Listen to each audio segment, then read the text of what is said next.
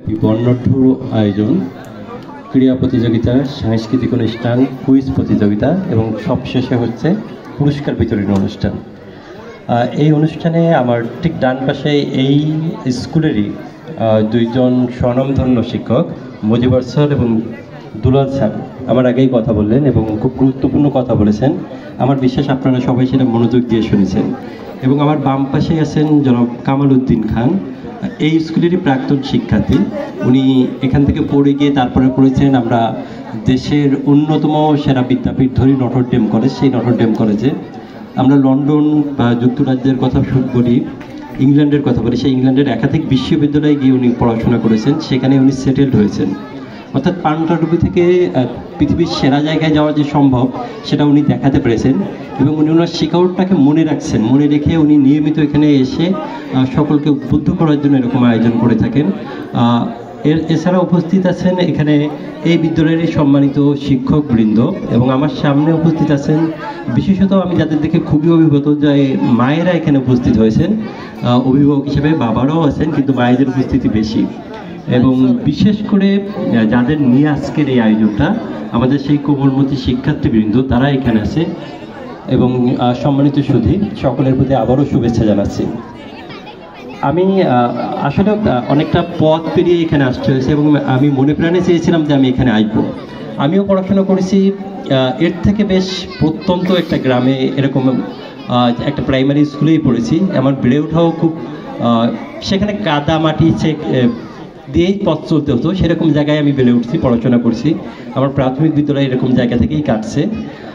তারপরে পড়াশোনা করতে করতে একটু একটু করে এই পর্যন্ত আপনাদের এখানে এসে যে কথা বলার সুযোগটা পেয়েছি, তার পিছনে একটাই কারণ ছিল যে আমি পড়াশোনার প্রতি গুরুত্বটা দিয়েছিলাম।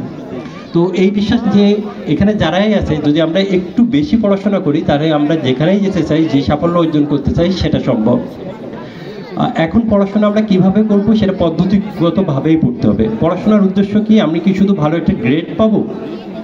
পড়াশোনার উদ্দেশ্য কোনোভাবে আমরা সেটা বলতে পারি না। পড়াশোনার উদ্দেশ্য হচ্ছে ভালো মূল্যবোধ সৃষ্টি করা, ভালো মানুষ হওয়া, বিনয়ী হওয়া, আত্মসংযম থাকা, পারস্পরিক শ্রদ্ধা, এই শ্রদ্ধাশীলতাটাকে অনুভব করা। এর মাধ্যমে আদর্শ মানুষ হওয়া যায় এবং সে মানুষ গড়ার সূতিকাগার যদি বলি তাহলে প্রাথমিক বিদ্যালয় সেই জায়গাটায় সবচেয়ে বেশি গুরুত্বপূর্ণ ভূমিকা রাখে। আমরা অনেক সময় অনেক ইনস্টিটিউটের কথা বলি যে আমাদের কলেজ আছে, বিশ্ববিদ্যালয় আছে, হাই স্কুল আছে, কিন্তু আমি বিশ্বাস করি সবচেয়ে গুরুত্বপূর্ণ জায়গা হচ্ছে প্রাথমিক শিক্ষা।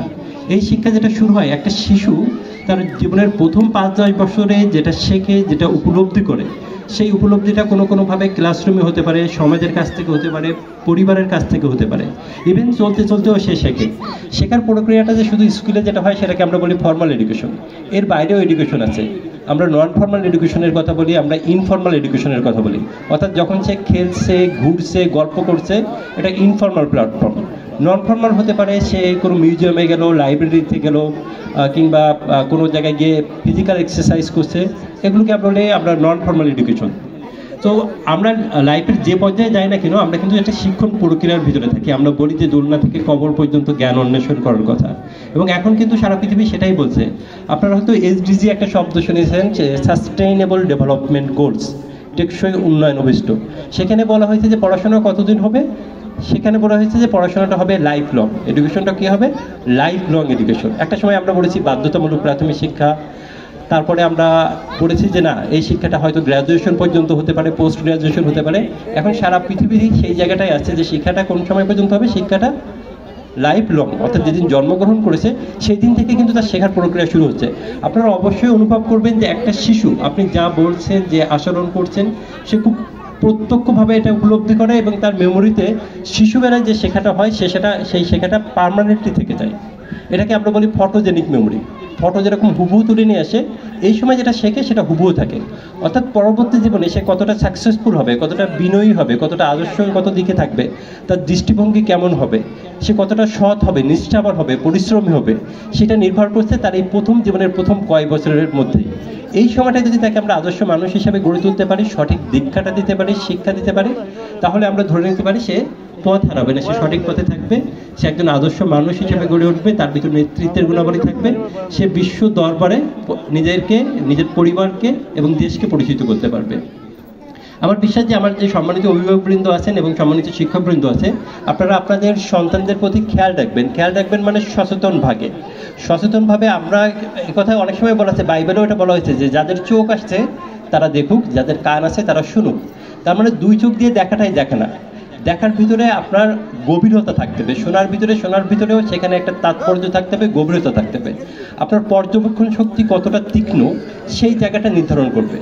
শুধু দুই চোখে দেখা না, দুই কানে শোনা না, আমরা যেন এটা গভীরভাবে উপলব্ধি করতে পারি এই শোনা দেখার মাধ্যমে, এবং আমাদের সন্তানদের যেন আমরা সঠিক পথে পরিচালিত করতে পারি। আর সেজন্য আদর্শ সময় কিন্তু এটা। এবং কোনটা সবচেয়ে ভালো সময়? আমরা বলি now is the best time, এখনই হচ্ছে সর্বশ্রেষ্ঠ সময়। যদি কোনো কিছু করতে হয়, ঘটাতে হয়, আগামীকাল বা পরে করব, সময় থেমে থাকবে না। এবং আগামীকাল পরের জন্য যারা অপেক্ষা করে তাদের কাছে আগামীকাল পরটা সাধারণত কখনোই আসে না। সো এখন থেকে যেন আমরা শুরু করি, আমরা সচেতন থাকি। এবং সম্মানিত শিক্ষকবৃন্দের দায়িত্ব এখানে অনেক অংশে বেশি এই কারণে যে আমাদের যে সমাজ ব্যবস্থা আছে সেখানে অপেক্ষাকৃত আমরা এক্সপেক্ট করতে পারি না যে এটা খুব স্ট্যান্ডার্ড জায়গাটা। সেক্ষেত্রে ছাত্রদের প্রতি আমাদের প্রত্যাশা বেশি থাকে যে তারা উত্তম গাইডলাইনটা দেবে। আমাদের প্যারেন্টসরা অতটা সচেতন না হতে পারে, কিন্তু সম্মানিত শিক্ষকবৃন্দ সেই জায়গাটায় প্যারেন্টসদেরও অ্যাওয়ার করতে হবে। অন্তত প্রত্যেকটা শিক্ষার্থীকে নিয়ে যেন আমাদের একটা অ্যানালাইসিস কার্ড থাকে যে ও কোন জায়গাটায় ভালো, ওর কোন জায়গাটায় কনসেন্ট্রেট করতে হবে। আমরা প্রত্যেকটা শিক্ষার্থীকে, প্রত্যেকটা শিশুকে যেন আলাদাভাবে দেখি এবং আলাদাভাবে তাদের যাতে গড়ে তুলতে পারি সেই প্রসেসটা যেন আমাদের থাকে। প্রত্যেকটা শিশুর ভিতরে অমিত সম্ভাবনা আছে, সে পৃথিবীর সর্বোচ্চ জায়গায় পৌঁছাতে পারে, এটা আপনারা দৃঢ়ভাবে বিশ্বাস করেন। আমি আমার জীবনের অভিজ্ঞতা থেকে, বই পড়া থেকে বলতে পারি, এখানে যে শিশুই আছে সে পৃথিবীর সেরা জায়গায় পৌঁছাতে পারে যদি আমরা তাদেরকে সঠিকভাবে গড়তে পারি, সঠিক স্বপ্ন দেখাতে পারি, সঠিক গাইডলাইন দিতে পারি।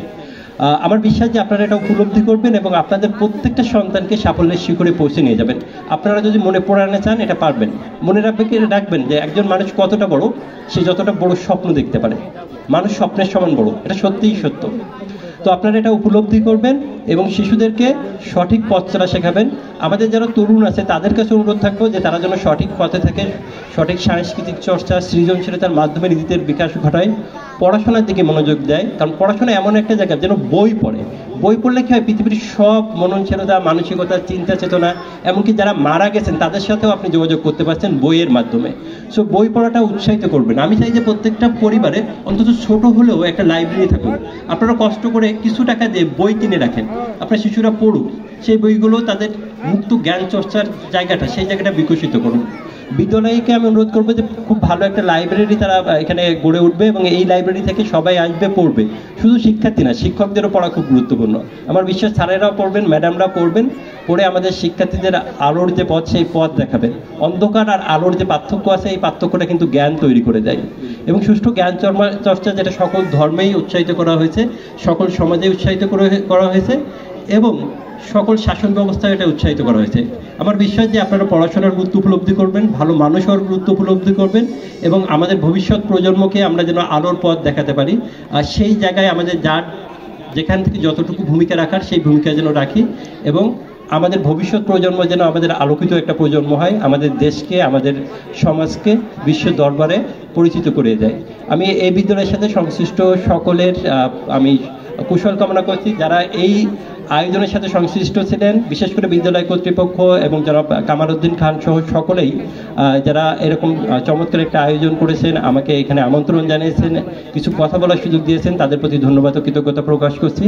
ধন্যবাদ জানাচ্ছি আমার সামনে আপনারা যারা বসে আছেন তাদের প্রতি। এবং আমি বিশ্বাস করি এখান থেকে আরও অনেক কামাল উদ্দিন খান গড়ে উঠবে এবং আমাদেরকে ছাড়িয়ে যাবে আমাদের ভবিষ্যৎ প্রজন্ম, সেই প্রত্যাশা করি। সকলের কুশল কামনা করে আমি আমার বক্তব্য এখানেই শেষ করছি। আল্লাহ হাফেজ।